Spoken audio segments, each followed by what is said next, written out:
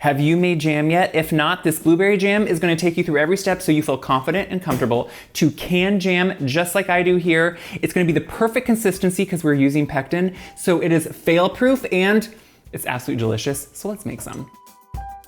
The best way to preserve a fruit is jam, and jam is one of the easiest things you can if you want it to be shelf stable. So we're making blueberry jam today because I happen to pick some beautiful local organic blueberries, and I want to make jam. I love to give it as gifts, but I also love to use it, whether it's in baking or just on toast, whatever it is.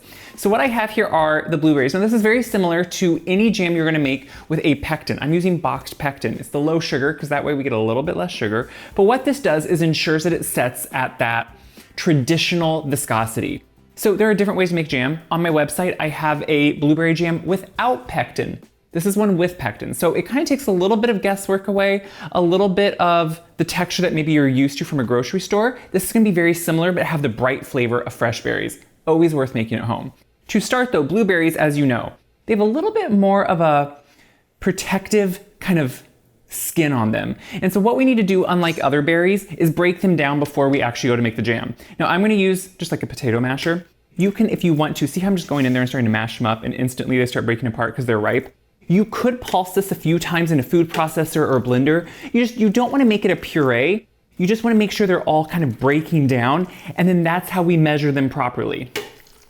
So I'm putting in the last of my crushed berries, and you can see, you still see some of that texture, and that's what you want. You want to see the texture in front of you. And I'm gonna make sure I clean my counter too, because sometimes, guys, I get a little messy when I cook. So when you're canning, you wanna make sure everything is ready before you go. If you wanna make them shelf stable, which is what I'm gonna do, I'm gonna water bath them. So I have my water bath here, fitted with a rack in the bottom. I have hot water in it, it's been at a boil, so it's sitting ready. I have my jars sterilized, my rings, my lids ready, everything ready to go before I start. That's the biggest thing anytime you can. Have it all ready so you never feel in a time crunch or rushed or pressure.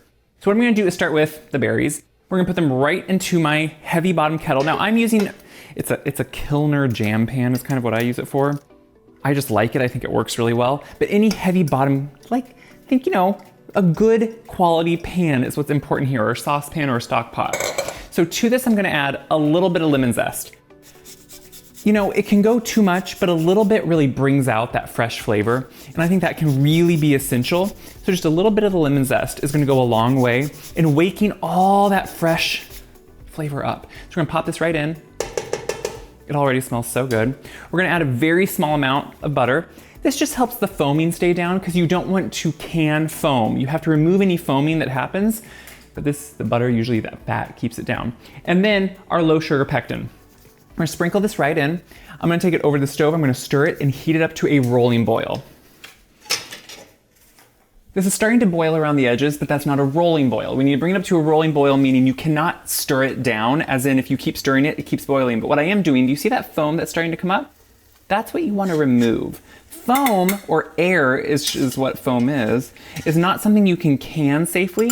So anytime there is some foam, you wanna get in there, just try to remove it as much as you can, and put it over here. Now remember, this is not jam yet, so there's not really any good flavor to it because we don't have the sugar in there to bring out the really strong blueberry flavor. So all we're doing is getting it up to that rolling boil.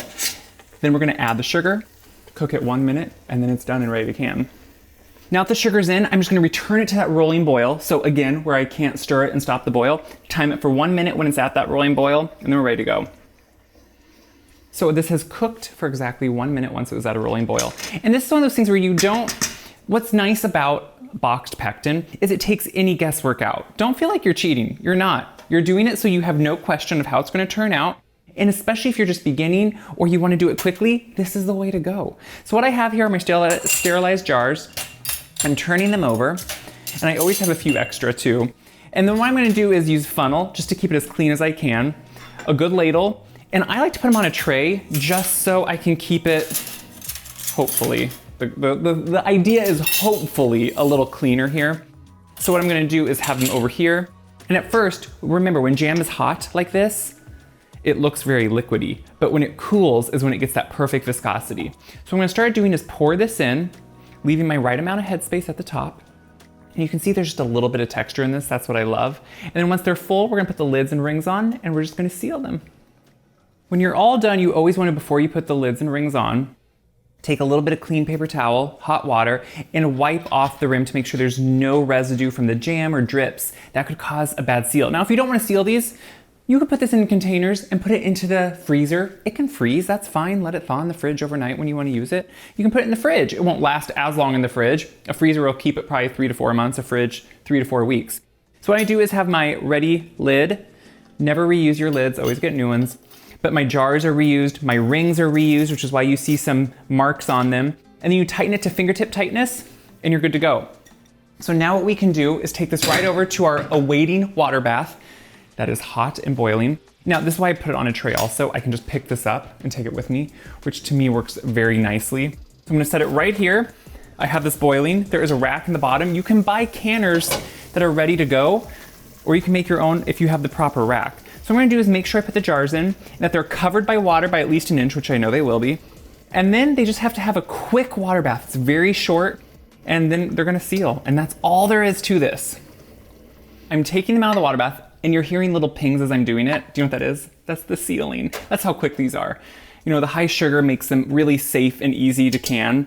And then they seal so quickly, which is, that little ping is the best sound. Music to a canner's ears. You're gonna hear that time and again if you watch anyone canning, and it really is. My grandma would say it every time she canned. What you can tell if you haven't canned before is they have a little push top. You don't wanna push them when they come out. You wanna let them sit on their own, cool down on their own, 12 to 24 hours. But you'll notice it inverts when that final air gets sucked out and it's vacuum sealed. And that's when you hear the ping and you see that little bump in the center go down. You don't want to touch them yet, but then after about 12 hours, you can go, oh, did you hear that? After about 12 hours, you can go through and just make sure by hitting them. If one doesn't seal, put it in the fridge, use it. That's all you, there is another one. I can't time this stuff perfectly. So what I happen to have is one jar open, and I want to show you. Look at that beautiful texture. So it has a little bit of the berry texture in it, but it also is just perfectly spreadable and beautiful. And that's what box pectin will do. Now, if you're like, what do I do with all this jam? Okay, best friends are gonna be coming for you because this is gonna be the best gift ever. This is great also on any yogurt, oatmeal, in jam bars. Go to my website, take one of my jam bar recipes, use blueberries instead, and use this jam. There are so many things. Ice cream. Jam is so good. You know what? Yes, there's a lot of sugar. It's sweet. We use it every so often and enjoy it. Because the thing is, it traps in the essence of flavor from summer, hopefully from ripe berries that you're either picking or getting at a farmer's market. And then you're able to open it in the winter, if you live in Iowa like I do, where it's cold, when it's snowing, and remind yourself what's coming. So, what do I hope you do with this? I hope you feel comfortable canning. I hope you feel confident canning because that's what all this is about. If I can teach one person to do this, my work is done. And letting me know through your messages, your emails, your comments on the website under these recipes makes me so excited and happy every time I see them. So thank you for that. Share this video around so other people can feel confident too. Check my website for more recipes, more jam recipes and ways to use them. Till next time, enjoy.